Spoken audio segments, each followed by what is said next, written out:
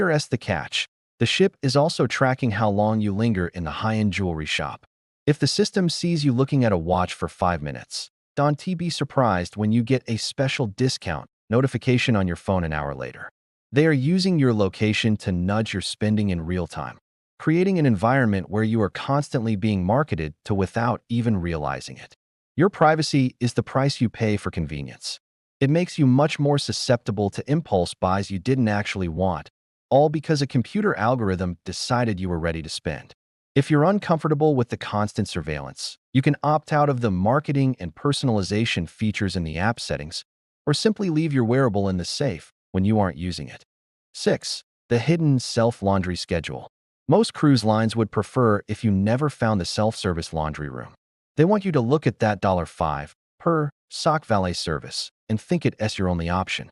They intentionally omit laundry rooms from the main deck maps or hide them in the most obscure corners of the passenger decks to drive up their service revenue.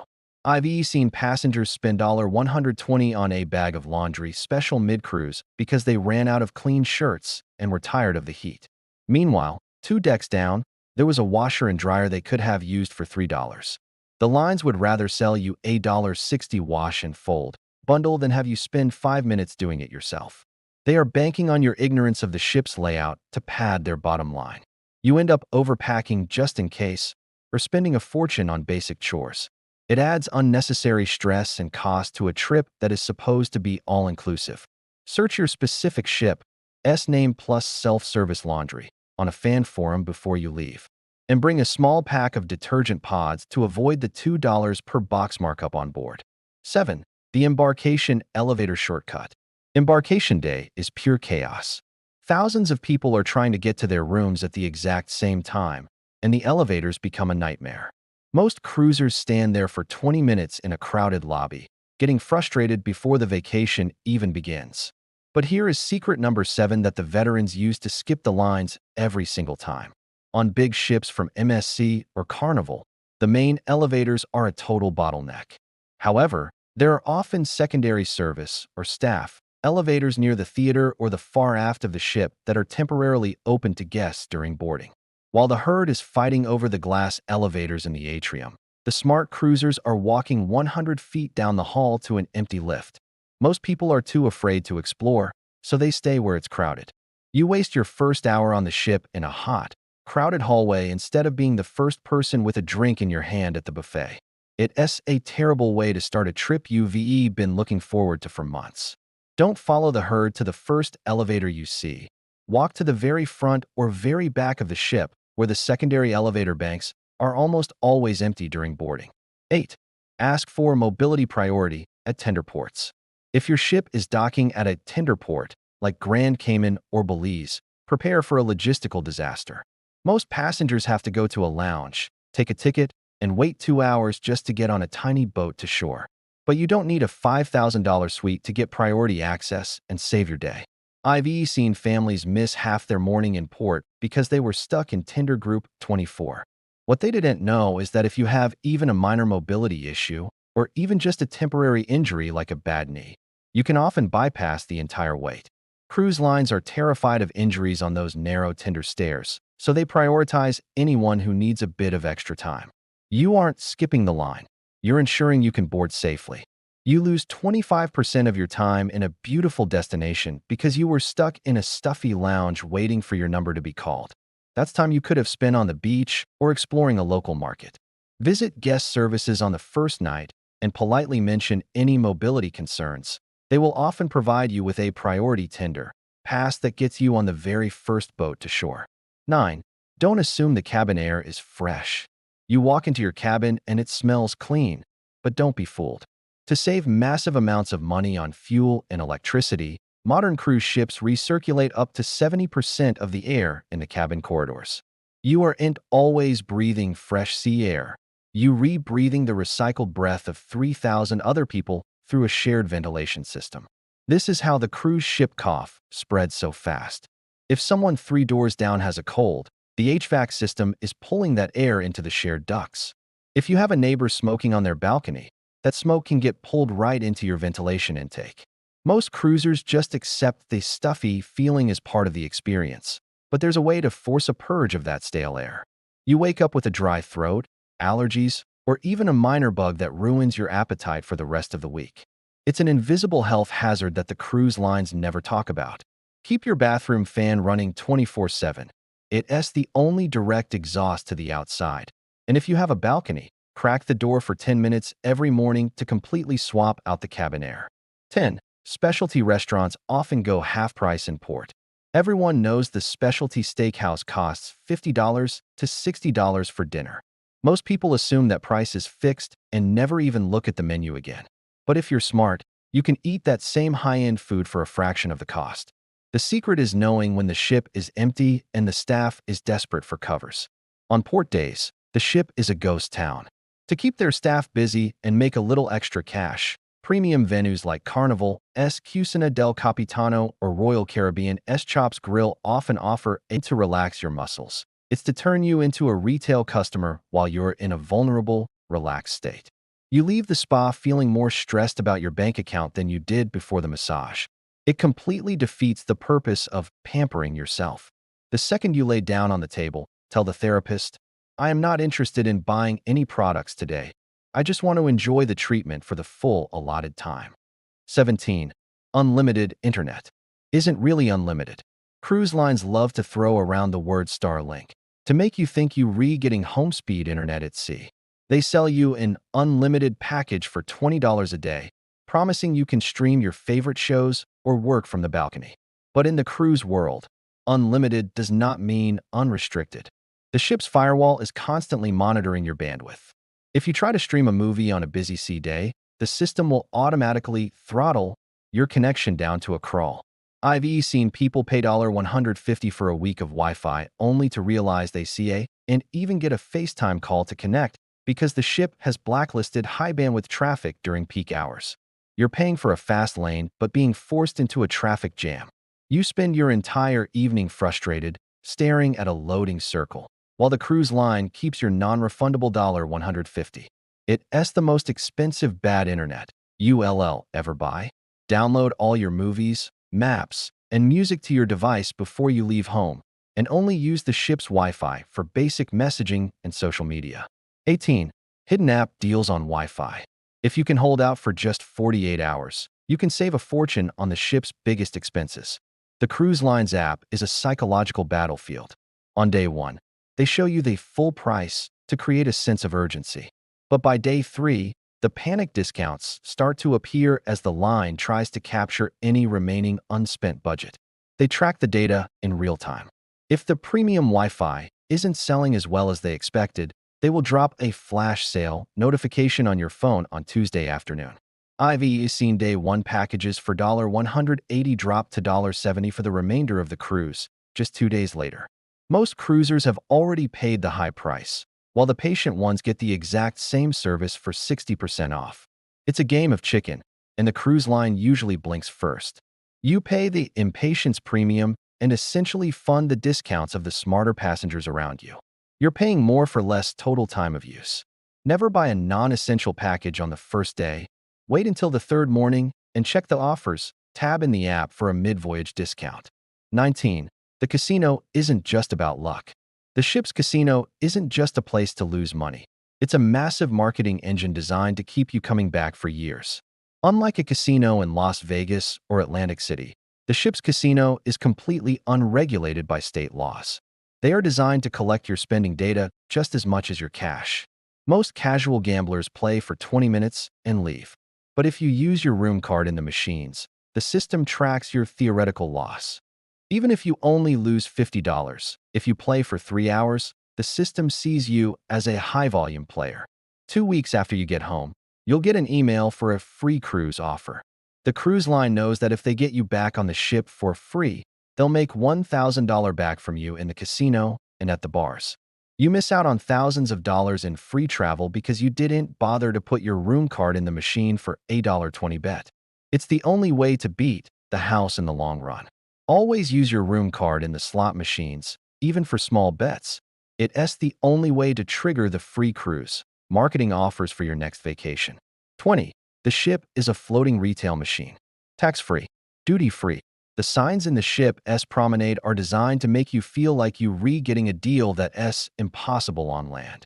But in 2025, the duty-free shop is often one of the most expensive places on Earth to buy anything.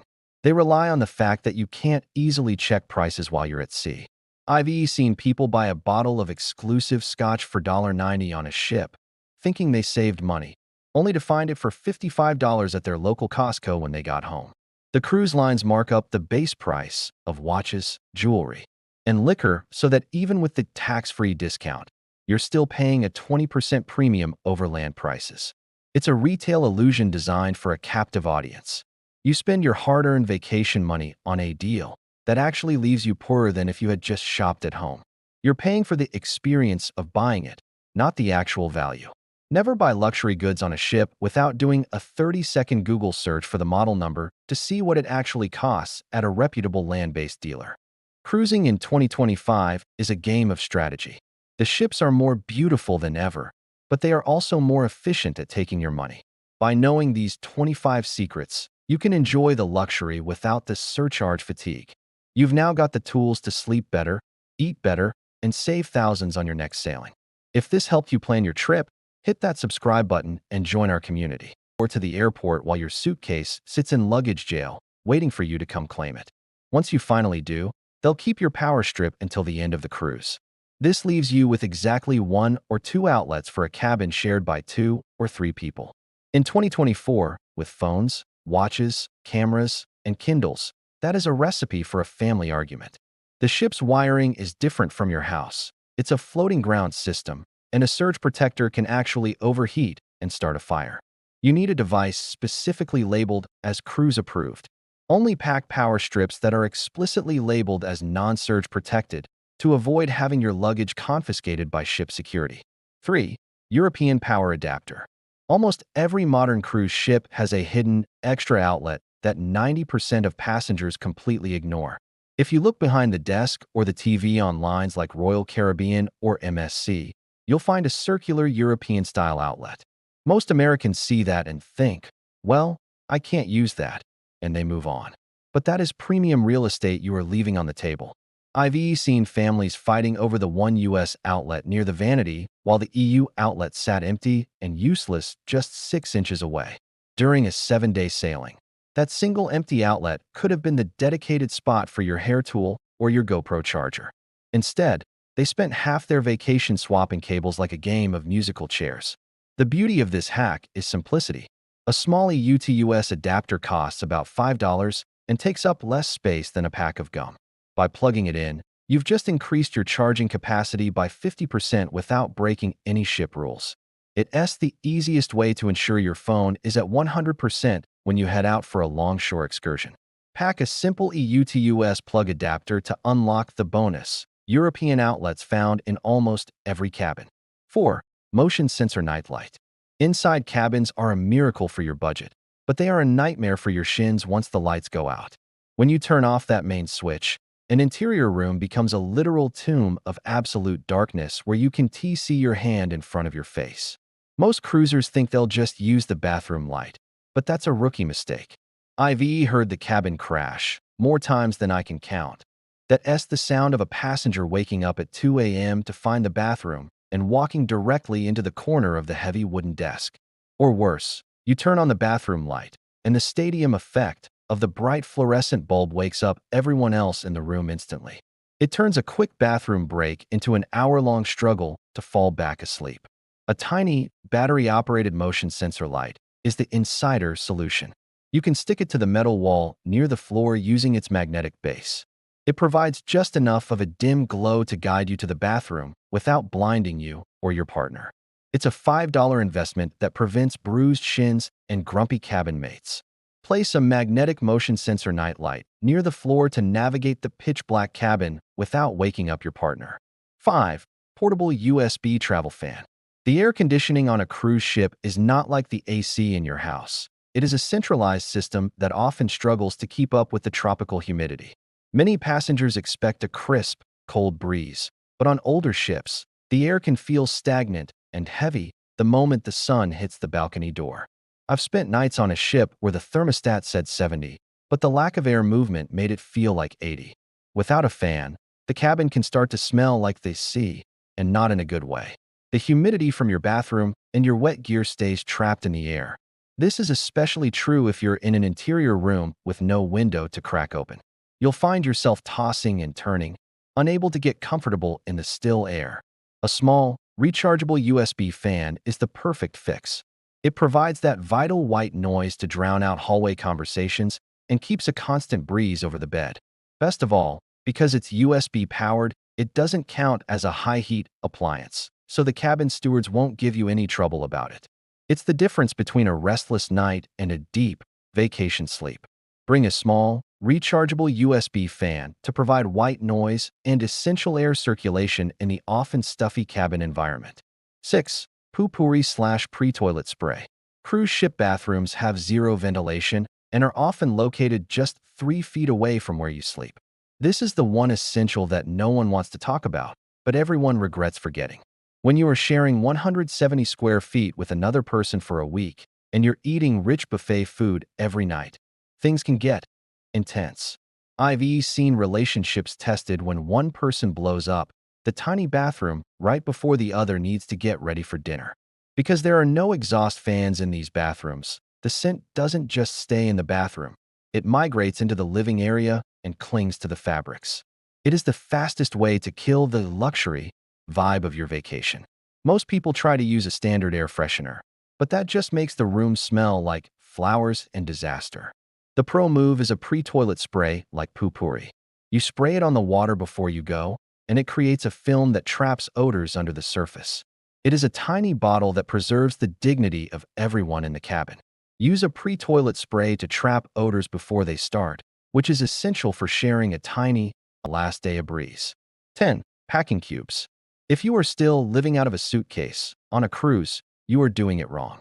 A cruise is one of the few vacations where you only have to unpack once, but the drawers in a ship cabin are often oddly shaped or shallow. Most passengers just dump their clothes in, and by day 3, the drawers look like a bomb went off.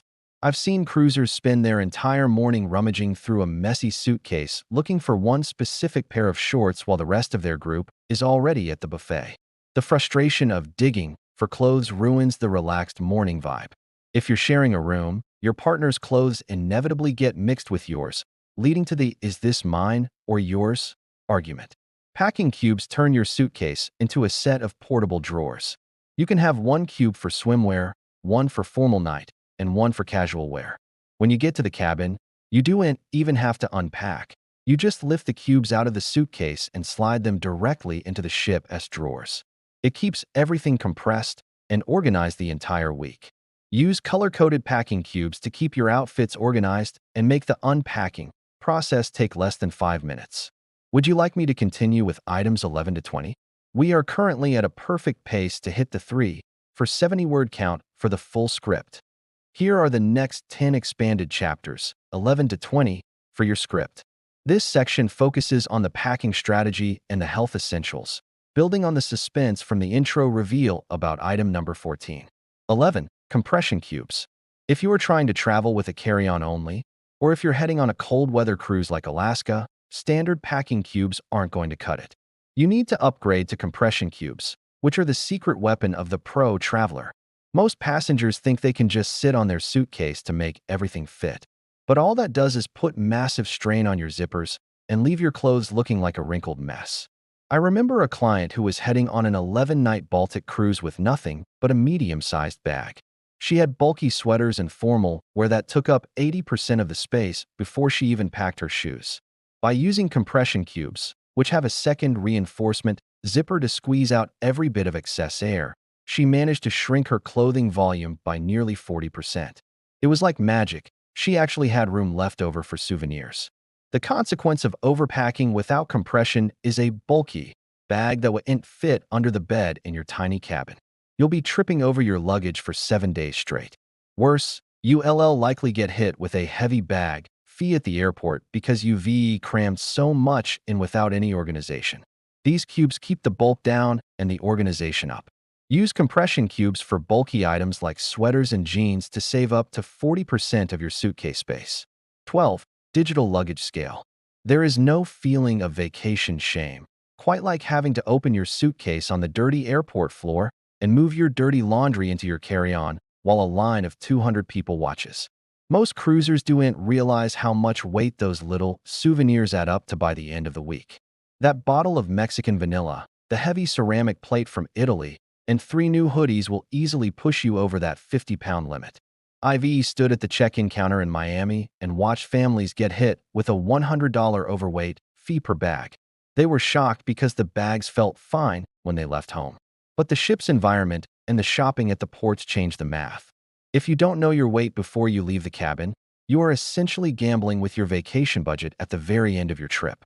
A digital luggage scale is a tiny device, about the size of a stapler, that can save you hundreds of dollars in fees. You just hook it to the handle, lift the bag, and you get an instant, accurate reading. It allows you to shift weight between bags in the privacy of your cabin the night before you disembark, ensuring you walk into the airport with total confidence. Weigh your bags in your cabin before disembarking to avoid the embarrassment and high cost of overweight luggage fees. 13. Plastic luggage tag holders. The paper luggage tags that you print out at home are the weakest link in the entire cruise boarding process.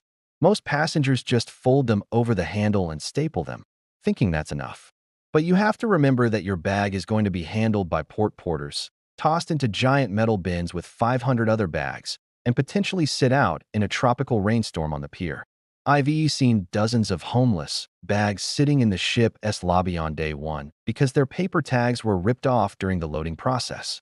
If your tag is gone, the crew has no idea which of the 3,000 cabins that bag belongs to. You'll be sitting in the dining room wearing your sweaty travel clothes while the ship's security team tries to figure out who owns your suitcase. For less than $10, you can buy heavy-duty clear plastic luggage tag holders. They feature a steel ring that screws onto your suitcase handle, making it virtually impossible for the tag to be ripped off. They are also waterproof, so your room number remains legible even if there's a sudden downpour. It is the cheapest insurance policy you can buy for your belongings.